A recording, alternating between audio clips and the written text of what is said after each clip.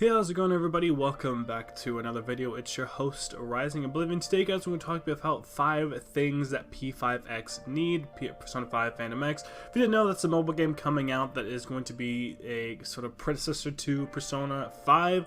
Now, I know it's a mobile game. Mobile games typically, at least in my opinion, I think can be worse than most console games, but there are worse off mobile games compared to mobile games. This game could be relatively pretty good. It just depends on what exactly is going to be done. We don't know a whole lot of details about this, especially since it was mostly in Chinese, and we don't know everything that's going to be included in this, but there are some things I think they could do to at least make this a mobile game that is pretty fun. I think people will constantly want to play. So let's go ahead and jump on into this. Now, the first thing I think that would help this game out a lot and its success would be able to not have to rely on microtransactions for an energy system to let people play. People want to play the game, have constant things that we can do with it, and have constant places that we can play. Again, don't have the microtransaction system be something along the lines of an energy system that makes it impossible to keep progressing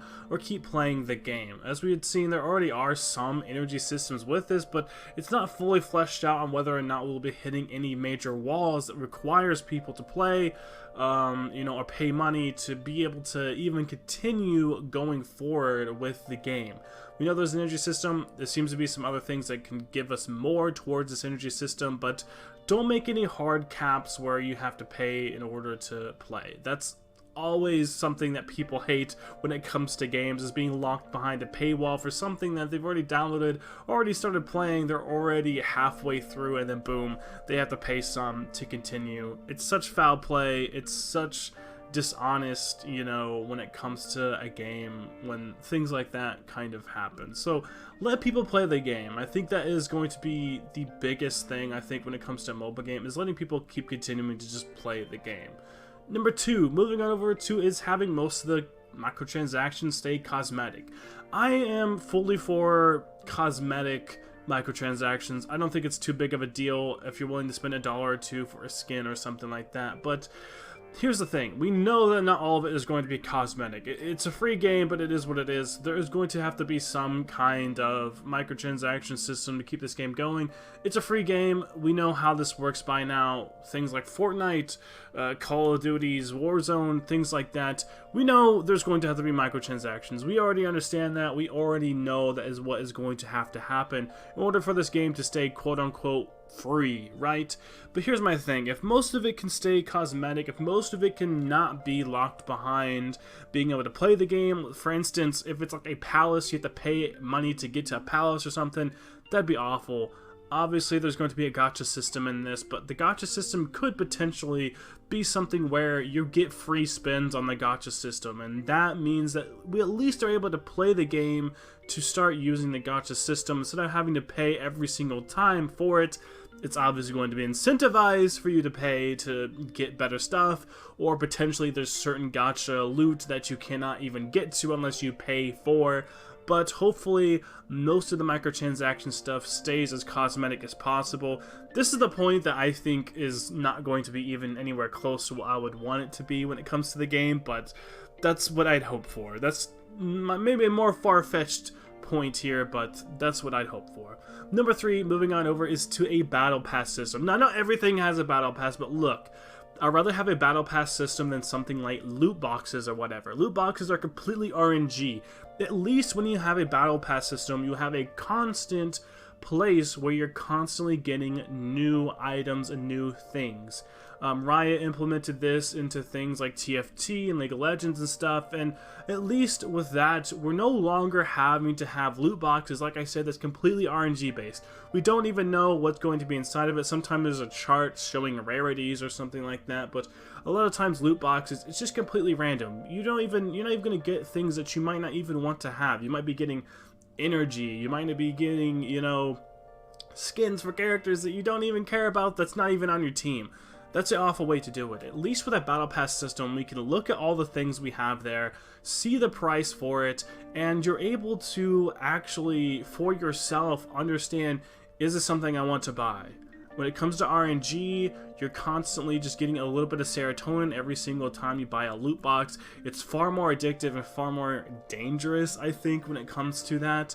And I think it's more dishonest from a developer standpoint to do something like that, just preying on the RNG, preying on the idea that you might get something good. Whereas if you buy a battle pass, you at least know whether or not you're going to get something good in here. Now keep in mind, like I said for this, I don't necessarily think that it'd be great to have a battle pass in here. I'm just saying, for a mobile game that is free, this could make it a better mobile game. If you understand what I'm saying, this at least could make it better for what it is. I understand what it is already.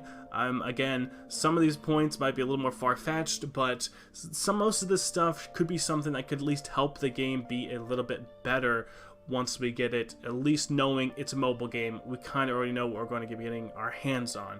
Number 4, and that is to make the story make sense within the P5, I guess, like, universe or whatever you want to call it.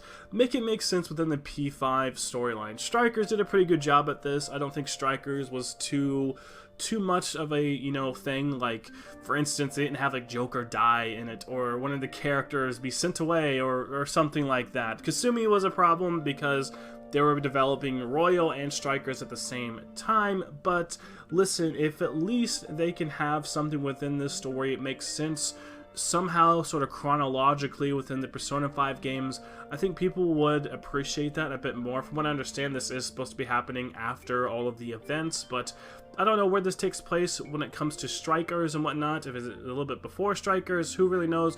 We didn't really see much of Kasumi at all within this game, so it might be for us to believe it is before Strikers or during who knows? I really don't understand it completely yet, but at least have the story make sense and not have it have something where it does something crucial to the game where it doesn't make sense for it to take place during certain events of the other P5 games. I would love for this to be a Persona 4 Golden situation where the dancing game actually continues stuff, the fighting game continues stuff. It makes sense. It fits perfectly within the Persona 4, you know, chronological line of games. I love when they do that, and at least tell us that. Make it make sense for us.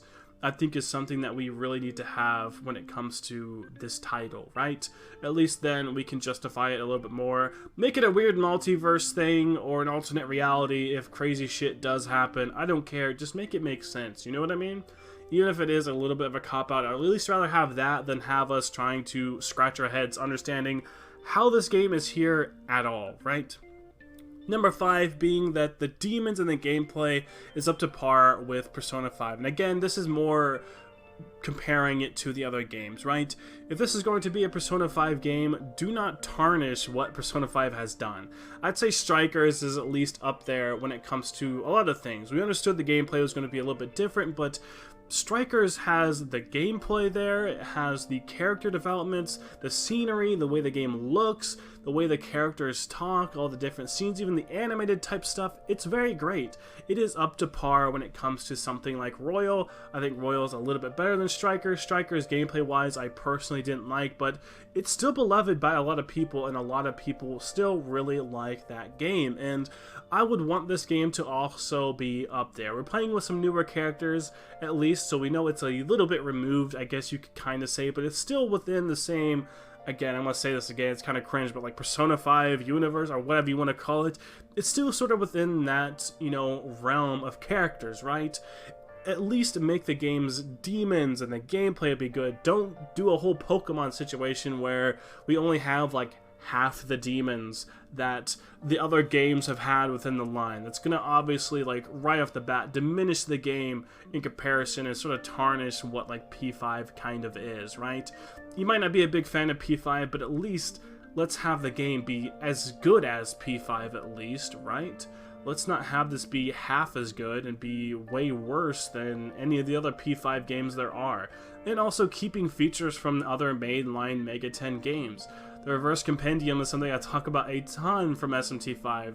Soul Hackers 2 came out and we didn't have that, and it's very obvious when you can just kind of see a downgrade when it comes to Mega 10 titles coming out. Now I know it was a different team that developed Soul Hackers 2 within ATLUS, but still, there should be some quality control when it comes to just ATLUS overall as a company, and understanding that they're having games come out with certain features big quality of life features like sprinting, camera work, different things like that, and for them to have a game come out that just doesn't have half of those features, it really just kind of leaves a bad taste in our mouths, because we know ATLUS was okay with this. They let it come out. They let Day 1 DLC come out. They let half of these features be gone from the game. That is why I think a lot of people disliked Soul Hackers 2, and I wouldn't want to see this happen with something like P5X. Again, it's a mobile game. I know it is what it is. It's not going to be up to par necessarily, but it could do a whole lot to try its best, at least in some areas, like the gameplay, like the turn-based gameplay, the characters, the different things that we can do in combat, the demons, having the reverse compendium. This is different stuff that they could include in this game to allow us to at least still have those certain features from P5 and sort of live up to some of those things that they have there. So I think that's going to be it, guys. That's 5 things I would like to see at a P5X. It took a little bit of a while to come up with this, and honestly, I think if it had all of these things, this would be something that I really feel like I could enjoy from this game. Let me know down in the comment section below, what would you like to see? Is there anything for certain that you would want to have in this game that you think could make it 10 times better than what we've seen so far? I don't think it's necessarily all too bad. I'm still kind of waiting. I'm not 100% like this game's gonna be a flop, it's terrible. No, I want to play it and give it an honest, fair review, and I probably will do that when it comes out. But let me know what you guys think. Like, comment, subscribe for more content. As always, I'll see you all in the next video. Thank you all so much for watching.